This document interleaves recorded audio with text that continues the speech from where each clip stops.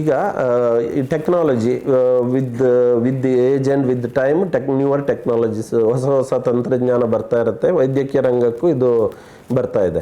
ಈಗ ನಮಗೆ ಕನ್ವೆನ್ಷನಲ್ ಅಥವಾ ಸಾಧಾರಣವಾಗಿ ಮಾಡುವಂಥ ನೀ ರಿಪ್ಲೇಸ್ಮೆಂಟ್ಗೂ ರೊಬೋಟಿಕ್ಗೂ ಏನು ವ್ಯತ್ಯಾಸ ಅಂದರೆ, ಈ ರೊಬೋಟಿಕ್ ಟೆಕ್ನಾಲಜಿಯಲ್ಲಿ ನಮಗೆ ಪ್ರಿಸಿಷನ್ ಅಂತ ಹೇಳ್ತೀವಿ. ಪ್ರಿಸಿಷನ್ ಈಗ ನಾವು ರೆಗ್ಯುಲರ್ ನಮ್ಮ ಐ ಬಾಲಲ್ಲಿ ನಾವು ಒಂದು 2-3 ಡಿಗ್ರಿಗಿಂತ ಕಡಿಮೆ ಇದ್ದರೆ ನಾವು ಅದನ್ನು ನಮ್ಮ human eyeball can measure only up to 4-5 degrees. ಅದಕ್ಕಿಂತ ತುಂಬ ಕಡಿಮೆ ಇದ್ದರೆ 1-2 ಮಿಲಿಮೀಟ್ರ್ಗಿಂತ ಕಡಿಮೆ ನಮ್ಮ eyes cannot measure during the surgery. ಈಗ ಈ ರೊಬೋಟಿಕ್ ಟೆಕ್ನಾಲಜಿಯಲ್ಲಿ ಏನಂದರೆ ನಮಗೆ high precision, sub millimetre precision ಅಂತ ಹೇಳ್ತೀವಿ. ಮಿಲಿಮೀಟ್ರ್ಗಿಂತ ಕಡಿಮೆ ನಮಗೆ ಆ ಪ್ರಿಸೈಸ್ ಆಗಿ ಎಷ್ಟು ನಾವು ಬೋನ್ನ ಕಟ್ ಮಾಡ್ತೀವಿ. ಆಮೇಲೆ ಅಲೈನ್ಮೆಂಟು, ಈಗ ನಮಗೆ ನೀ ಇಂಪ್ಲಾಂಟ್ ನಾವು ಒಳಗಡೆ ಹಾಕುವಾಗ ಅದರ ಅಲೈನ್ಮೆಂಟ್ ಪರ್ಫೆಕ್ಟ್ ಆಗಿರಬೇಕು. ನಮಗೆ 0 to 1 degree to 2 degree ಅಷ್ಟೇ ನಮಗೆ ಅದು ಮಾರ್ಜಿನ್ ಆಫ್ ಎರರ್ ಇರೋದು. ಸೊ ಆ ಡಿಗ್ರಿನ ನಾವು ಯೂಶ್ವಲಿ ಕನ್ವೆನ್ಷನಲ್ ಸರ್ಜರಿಯಲ್ಲಿ ಮ್ಯಾನ್ಯಲ್ ಆಗಿ ಅದನ್ನು ಮಾಡ್ತೀವಿ. Most of the time alignment correct ಇರುತ್ತೆ, ನಮ್ಮ ಹತ್ರ ಜಿಗ್ಸ್ ಅಂತೆಲ್ಲ ಇರುತ್ತೆ. ಬಟ್ ರೊಬೋಟಿಕಲ್ಲಿ ನಮಗೆ ಆನ್ ದ ಟೇಬಲು 1 ಡಿಗ್ರಿ ಇದೆಯಾ, 2 ಡಿಗ್ರಿ ಇದೆಯಾ, 1 ಮಿಲಿಮೀಟ್ರ್ ಇದೆಯಾ, 2 ಮಿಲಿಮೀಟ್ರ್ ಇದೆಯಾ ಅನ್ನೋಂಥದ್ದು perfect precision we can make out on the table. So ಇದರಿಂದ ಪೇಷಂಟಿಗೆ ಏನು ಅಡ್ವಾಂಟೇಜ್ ಆಗುತ್ತೆ ಅಂತಂದರೆ, ಆ ಪ್ರಿಸೈಸ್ಲಿ ಪೊಸಿಷನ್ಡ್ ಇಂಪ್ಲಾಂಟ್ ಇರ್ತದಲ್ಲ, it is suppose to last longer. ಈಗ ಫಾರ್ ಎಕ್ಸಾಂಪಲ್ ಕನ್ವೆನ್ಷನಲ್ ನೀ ರಿಪ್ಲೇಸ್ಮೆಂಟ್ದು life is about 15 to 20 years ಅಂತ ಇಟ್ಕೊಳ್ಳಿ. ಪ್ರಾಬಬ್ಲಿ ನಾವು we are increasing that longevity of the prosthesis. ಆ ಪ್ರಾಸ್ಥೆಸಿಸ್ ಅವರಲ್ಲಿ ಸರ್ವೈವ್ ಆಗೋಂಥ ಟೈಮ್ ಇದೆಯಲ್ಲ, ಅದನ್ನು ಈಗ ಯಾಕೆ ಇದನ್ನು ಇಂಪಾರ್ಟೆಂಟ್ ಅಂತ ಹೇಳಿದ್ರೆ, ಈಗ ಒಂದು 50-55 ವರ್ಷದಲ್ಲಿ ಒಂದು ಸಿವಿಯರ್ ಆರ್ಥರೈಟಿಸ್ ಇದೆ ಅಂತೇಳಿ ಅವ್ರಿಗೆ ನಾವು ಸರ್ಜರಿ ಮಾಡಿದಾಗ, ಈಗ because of the advances in medical field the average life span has increased. ಈಗ ಮೊದಲು 50-60 ತನಕ ಬದುಕೋರು ಈಗ 70-80 ತನಕ ಬದುಕ್ತಾರೆ, because of the advances in cardiac treatment ಎಲ್ಲದರಲ್ಲಿ. So we have more patients who are suffering from the disease. So ಈಗ ನಾವು 55 ವರ್ಷದಲ್ಲಿ ಮಾಡಿರೋ ಸರ್ಜರಿ ಅವರಿಗೆ ಲೈಫ್ ಲಾಂಗ್ ಬಂದರೆ ಅದು ಒಳ್ಳೆಯದು. ಅದ್ರ ಬದಲು ಇನ್ನೊಂದು 10-15 ವರ್ಷ ಆದಮೇಲೆ ಅದನ್ನು ರಿವೈಸ್ ಮಾಡೋಂಗಿದ್ರೆ, ಸೊ ಈ ಅಲೈನ್ಮೆಂಟನ್ನ ನಾವು ಯಾವಾಗ ಇಂಪ್ರೂವ್ ಮಾಡ್ತೀವೋ ಆವಾಗ ಆ ಇಂಪ್ಲಾಂಟಿದ್ದು ಸರ್ವೈವಲ್ ಟೈಮ್ ಜಾಸ್ತಿ ಆಗುತ್ತೆ. ಅದಕ್ಕೋಸ್ಕರ ಆ ಟೆಕ್ನಾಲಜಿ ಇಂಪಾರ್ಟೆಂಟು. ಅದು ನಾವು ಹ್ಯೂಮನ್ ಐಯಲ್ಲಿ ಮಾಡಲಿಕ್ಕೆ ಆಗೋದಿಲ್ಲ. Just to give a example, ಹೇಗೆ ಅಂದರೆ ಈಗ ಫ್ಲೈಟಲ್ಲಿ ಹೇಗೆ ನ್ಯಾವಿಗೇಷನ್ ಯೂಸ್ ಮಾಡ್ತಾರೆ. So exactly precisely millimetre exact landing ಆಗುತ್ತೆ. ಸೊ ಇದು ಅಡಿಷನಲ್ ಟು ಹಂಗಂತ ಪೈಲಟ್ ಇಲ್ದಂಗೆ ಮಾಡೋಕ್ಕಾಗಲ್ಲ. ಸೊ ಇದರಲ್ಲಿ ಅಷ್ಟೇ ಸರ್ಜನ್ ಈಸ್ ವೆರಿ ಇಂಪಾರ್ಟೆಂಟು. ಇದರಲ್ಲಿ ಏನು ಮಾಡ್ತೀವಿ ಅಂದರೆ, ಬಿಫೋರ್ ಸರ್ಜರಿ ನಾವು ಪೇಷಂಟ್ದು ಒಂದು CT ಸ್ಕ್ಯಾನ್ ಅಂತ ಮಾಡ್ತೀವಿ. ಆ ಲಿಂಬುದು ಆ ಸೈಜ್ ಆಫ್ ದ ಬೋನಿಂದ ಹಿಡಿದು ಎಲ್ಲನೂ ಆ ಕಂಪ್ಯೂಟರ್ಗೆ ಅಥವಾ ರೋಬೋಗೆ ನಾವು ಫೀಡ್ ಮಾಡ್ತೀವಿ. ಫೀಡ್ ಮಾಡಿದಾಗ ನಮಗೆ ಎಷ್ಟು ಮಿಲಿಮೀಟ್ರ್ ಕಟ್ ಮಾಡಬೇಕು, ಆಮೇಲೆ ಎಷ್ಟು ಡಿಗ್ರಿಯಲ್ಲಿ ಇಟ್ಕೋಬೇಕು, ಓವರ್ ಆಲ್ ಲಿಂಬ್ದು ಅಲೈನ್ಮೆಂಟ್ ಎಷ್ಟು ಬರುತ್ತೆ, ಇದೆಲ್ಲ ನಮಗೆ ಆಪ್ರೇಷನ್ ಥಿಯೇಟ್ರಿಗೆ ಹೋಗೋ ಮೊದಲೇ ನಮ್ಗೆ ಗೊತ್ತಾಗುತ್ತೆ. ಸೊ ದ್ಯಾಟ್ ನಮಗೆ ಈಗ C ಸೈಜ್ ಯೂಸ್ ಮಾಡ್ತೀವಿ, 2 ಸೈಜ್ ಯೂಸ್ ಮಾಡ್ತೀವಿ, 10 ಮಿಲಿಮೀಟ್ರ್ ಬರುತ್ತೆ ಫೈನಲ್ ಚೆಕ್ ಅಂತ ನಮ್ಗೆ ಮೊದಲೇ ಗೊತ್ತಿರುತ್ತೆ. So we are mentally prepared. On the table ಅದನ್ನು ರೆಪ್ಲಿಕೇಟ್ ಮಾಡೋದು ಈಸಿ. ಬ್ಲೂ ಪ್ರಿಂಟ್ ಅದನ್ನು ಎಕ್ಸಾಕ್ಟ್ ಪ್ರಿಸಿಷನ್ನು. ಆಮೇಲೆ ಈಗ ನಾವು ಬೋನ್ ಕಟ್ಸ್ನೆಲ್ಲ ನಾವು ಎಲ್ಲ ಪ್ಲ್ಯಾನ್ ಮಾಡಿಬಿಟ್ಟು ರೋಬೋಗೆ ಕಟ್ಸ್ ಮಾಡೋಕ್ಕೆ ರೋಬೋಗೆ ಕೊಡ್ತೀವಿ. ಅದು ಕಟ್ ಮಾಡ್ತಾ ಇರುವಾಗ ಅಲ್ಲಿಗೊಂದು ಹ್ಯಾಪ್ಟಿಕ್ ಬೌಂಡ್ರಿ ಅಂತ ಇರುತ್ತೆ. ಈಗ ನಮ್ಮ ಬೋನದು ಹಿಂದ್ಗಡೆ ರಕ್ತನಾಳ ಇರುತ್ತೆ, ನರ್ವ್ ಇರುತ್ತೆ. ಅದು ರೋಬೋ ಅದನ್ನು ಕಟ್ ಮಾಡಬಾರ್ದು. ಸೊ ನಾವು ಹ್ಯೂಮನ್ ಇಂಟೆಲಿಜೆನ್ಸ್ ಇರುತ್ತೆ. ಸೊ ಈಗ ಹೇಗಾಗಿದೆ ಅಂದರೆ, ಓವರ್ ದ ಟೈಮ್ ದ ರೋಬೋಗೂ ನಾವು ಕೊಡ್ತಾ ಇರೋ ಡೇಟಾದಲ್ಲಿ it will learn over the time. Artificial intelligence ಥರ ಅದು ಕಲ್ತ್ಕೊಂಡು ನಾವು ಅದಕ್ಕೊಂದು ಬೌಂಡ್ರಿ ಸೆಟ್ ಮಾಡ್ತೀವಿ ಇಷ್ಟೇ ಅಂತ. ಆ ಬೌಂಡ್ರಿಯಿಂದ ಒಂದು 2 ಮಿಲಿಮೀಟ್ರ್ ಕಮ್ಮಿನೇ ಕಟ್ ಮಾಡುತ್ತದು.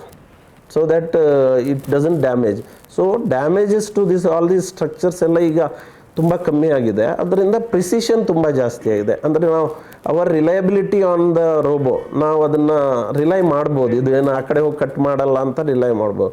ಸೊ ಆ ಹ್ಯಾಪ್ಟಿಕ್ ಬೌಂಡ್ರಿ ಒಳಗಡೆನೇ ಕಟ್ ಮಾಡುತ್ತೆ. ಅದರಿಂದ ಏನಾದರೂ ಆಕ್ಸಿಡೆಂಟಲ್ಲಿ ಅದು ಹೊರಗಡೆ ಹೋಗಿದ್ರೆ ನಿಂತ್ಕೊಂಡ್ಬಿಡುತ್ತೆ ಅದು.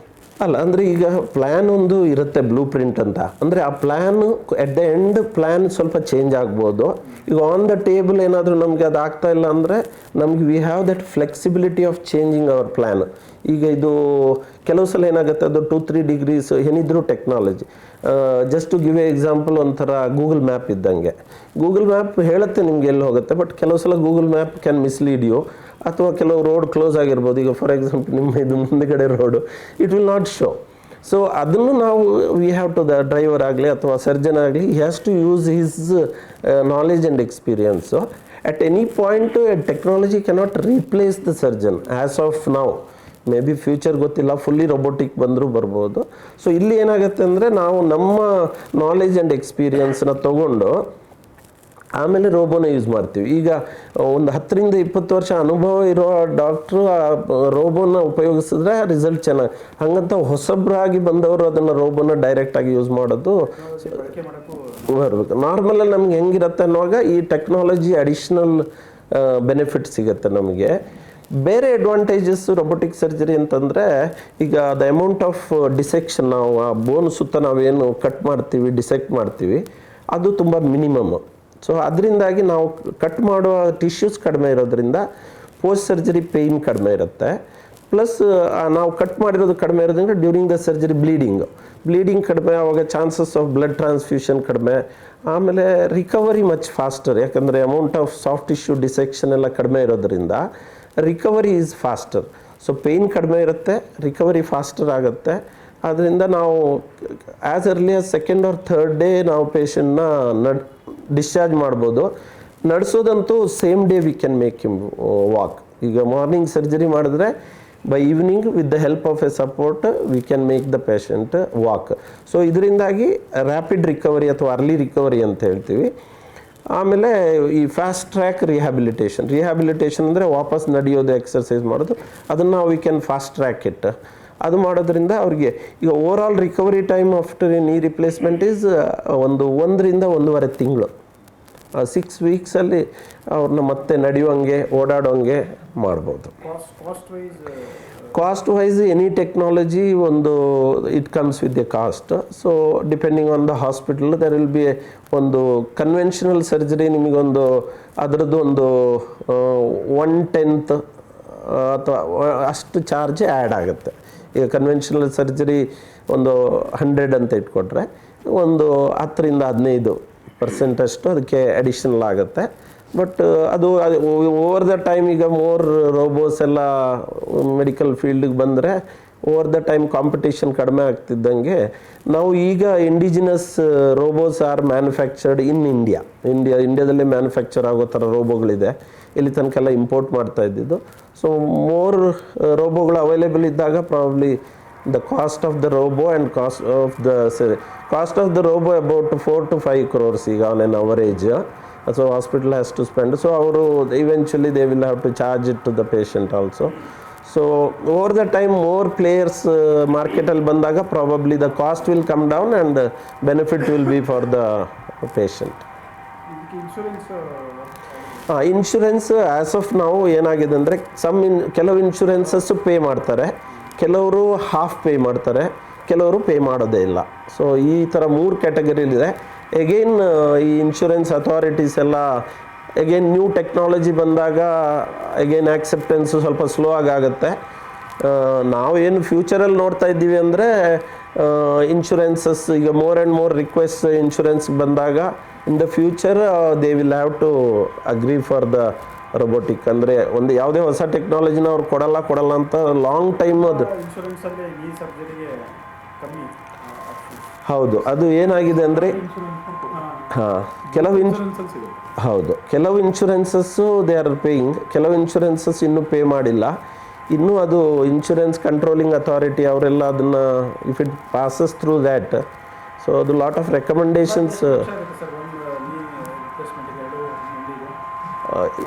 Cost again depends on the centre. ಕೆಲವು hospital so on an average ಒಂದು 2 ರಿಂದ 4 ಲಕ್ಷ ತನಕ ಖರ್ಚಲ್ಲಿ ನಾವು ಮಾಡ್ಬೋದು. ನಾವು ಏನು ಇಂಪ್ಲಾಂಟ್ ಒಳಗಡೆ ಯೂಸ್ ಮಾಡ್ತೀವಿ ಅದ್ರದ್ದೇ ಖರ್ಚು ಸುಮಾರು ಹತ್ರ 1 ಲಕ್ಷ ತನಕ ಬರುತ್ತೆ.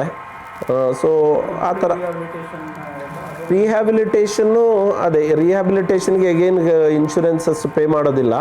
ಕೆಲವು ಅದ್ರದ್ದೊಂದು ರಿಹ್ಯಾಬಿಲಿಟೇಷನ್ನು ಡಿಪೆಂಡಿಂಗ್ ಆನ್ 1-1.5 ತಿಂಗಳ ತನಕ ಅಂದರೆ ಅದ್ರದ್ದೊಂದು 20-30 ಸಾವಿರ ರೂಪಾಯಿ ಕಾಸ್ಟ್ ಎಕ್ಸ್ಟ್ರಾ ಬರ್ಬೋದು. ಕೆಲವು ಪೇಷಂಟ್ಸು ಅವರಾಗೆ ಮಾಡ್ಕೊಳ್ತಾರೆ ಫಿಸಿಯೋಥೆರಪಿ, ಅವರಿಗೆ ಡ್ಯೂರೇಷನ್ ಆಫ್ ಫಿಸಿಯೋಥೆರಪಿ ಕಮ್ಮಿ ಇರ್ತದೆ. ಕೆಲವ್ರಿಗೆ they require support they require ಇದು ಇದ್ದಾಗ ಅವಾಗ ಸ್ವಲ್ಪ ಜಾಸ್ತಿ ಖರ್ಚು ಬೇಕಾಗ್ಬೋದು. ಬಟ್ ಈ ಇನ್ಶೂರೆನ್ಸಸ್ಸು ರಿಹ್ಯಾಬಿಲಿಟೇಷನ್ಗೆ ಪೇ ಮಾಡ್ತಾರೆ. Most of the corporate insurances ಎಲ್ಲ ರಿಹ್ಯಾಬಿಲಿಟೇಷನ್ಗೆಲ್ಲ ಪೇ ಮಾಡ್ತಾರೆ.